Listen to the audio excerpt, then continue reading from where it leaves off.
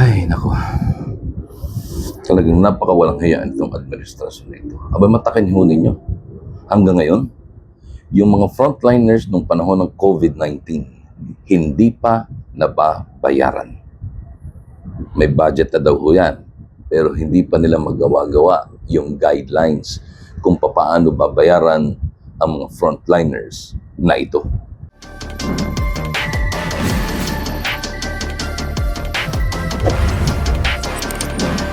Dagundong, dagundong, dagundong, dagundong, dagundong. Magandang araw pong muli sa inyong lahat, mga kaibigan. Muli nagpupugi ang inyong lingkod, Ron Ramos po. At isa na naman pong issue ang ating pag-uusapan.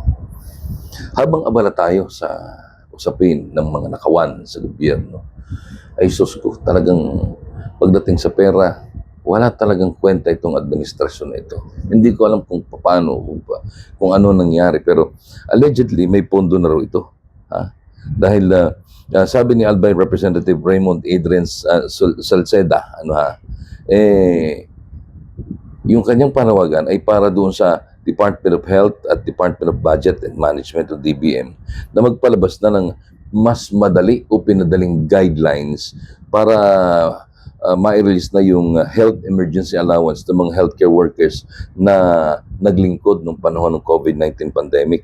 Sabi niya, yung pagkakalagda doon ng 2026 General Appropriations Act, kung saan ay kasama doon yung 6.77 billion pesos para sa public health emergency benefits and allowance at proposed panukalang paggamit ng mga affidavits para lamang humapabilis yung claim. Pero hanggang ngayon, hindi pa rin nagagawa ito. Hindi pa rin ho nila naaasikaso o naaayos. Wala pa silang guidelines. Na kung tutuusin sana, noon pa ito nagawa para paglabas ng budget, paglabas ng pondo, ay ibabayad na lang ito doon sa mga tao. Ganyan na ba talaga kayo kamanhid sa pangangailangan ng ating mga kababayan? Ang lahat na lang na sinasabi ninyo, this is the cleanest and the most maganda, maayos na budget, yung 2026 budget. Pinagyayabang ninyo yan. Pero nasaan? Lahat kayo nakatuon doon sa mga bagay na madali kayo makapagnanakaw. Imagine. Maawa naman kayo sa ating mga kababayan. Yung iba dito ay nagkakasakit na, nangamatay na nga yata yung iba. Dahil tinamaan din ang sakit, hindi pa nababayaran. Diyos ko. Bongbong Marcos, ano ang pinagkakaabalahan mo? Hindi ninyo kaya. Bakit? Pera lang ang katapat niyan. Ang dali ninyo na pag natakpan yung mga magnanakaw, ang dami nang nawalang pera sa atin. Tapos itong mga tao na naglingkod. Diyos ko. Mga kaibigan, talagang siguro tama ang panawagan. Tama ang panawagan nitong si General Pokis. Kailangan na nating mag-aklas laban sa administrasyon na ito. Kung ganito ng ganito tayo, mamamatay ang Pilipino. Lalo tayong lulubog sa utang. Hindi ko lang maintindihan bakit pag sa mga alituntunin, ang tatapang nito mga Pilipino na ito, mga simpleng batas, hindi masunod.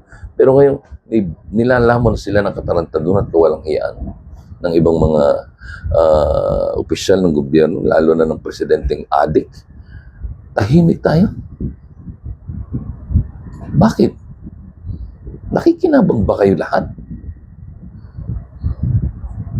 Diyos ko. Ako'y sa totoo lang ay minsan ay napapagod. Minsan ay nasasawa sa katatawag. Pero hindi pwedeng tumigil . May mga taong lumalaban. Ngayon sa pagkakataong ito, tayo na po pwedeng magsahimpapawid ng kanilang mga sangi, ng mga saloobin para makarating sa ating mga kababayan, hindi rin tayo pwedeng tumigil. At ngayon, itong mga panawagan ito ay patungkol doon sa kompensasyon ng mga taong nagligtas sa atin, ng mga taong isinugal ang kanilang buhay para tayo maligtas laban sa pandemya. Pero nasaan? Walang puso itong administrasyon na ito.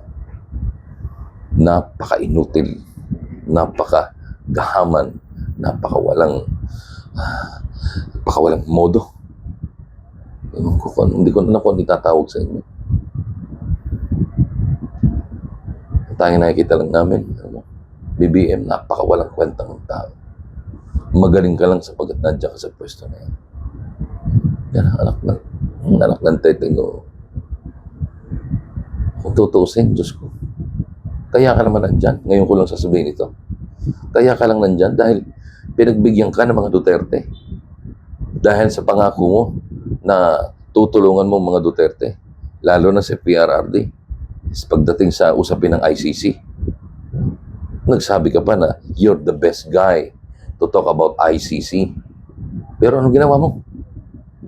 Di ba? Pagkatapos na ihimlay sa dapat himlayan ng iyong ama, tinraidor mo ang buong Pilipino. Na wala kang kwenta.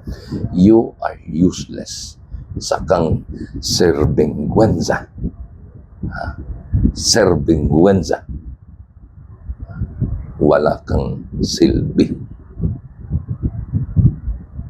Napakamalas ng Pilipinas sa iyo. Ay, 6 na taon na magtitiis ang Pilipino. Na ngayon na gusto pa ninyong agawin ang susunod pang 6 na taon.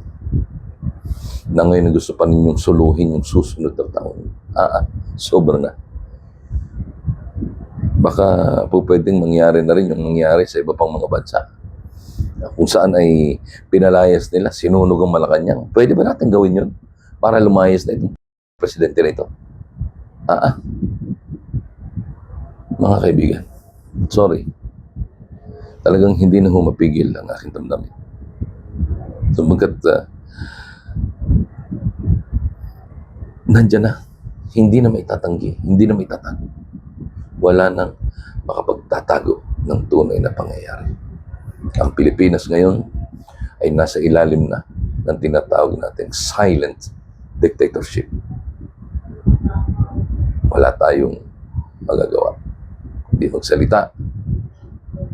Gamitin ang resources na meron tayo. Kausapin ang ating mga kababayan. Palakasin ang loob. Ipakita sa mga ito ang mga pangyayari sa ating bansa. Maraming salamat mga kaibigan. Sana'y nagustuhan ninyo itong ating episode nito. At sana magising kayo sa pagkakataon nito. Labis na ang kawalang hiyaan ng administrasyon. Gayunpaman, patuloy pa rin natin silang gigisingin. Patuloy pa rin tayong mananawagan sa kanila. At baka isang pagkakataon, magising din sila. Dahil sa ingay ng dagundong.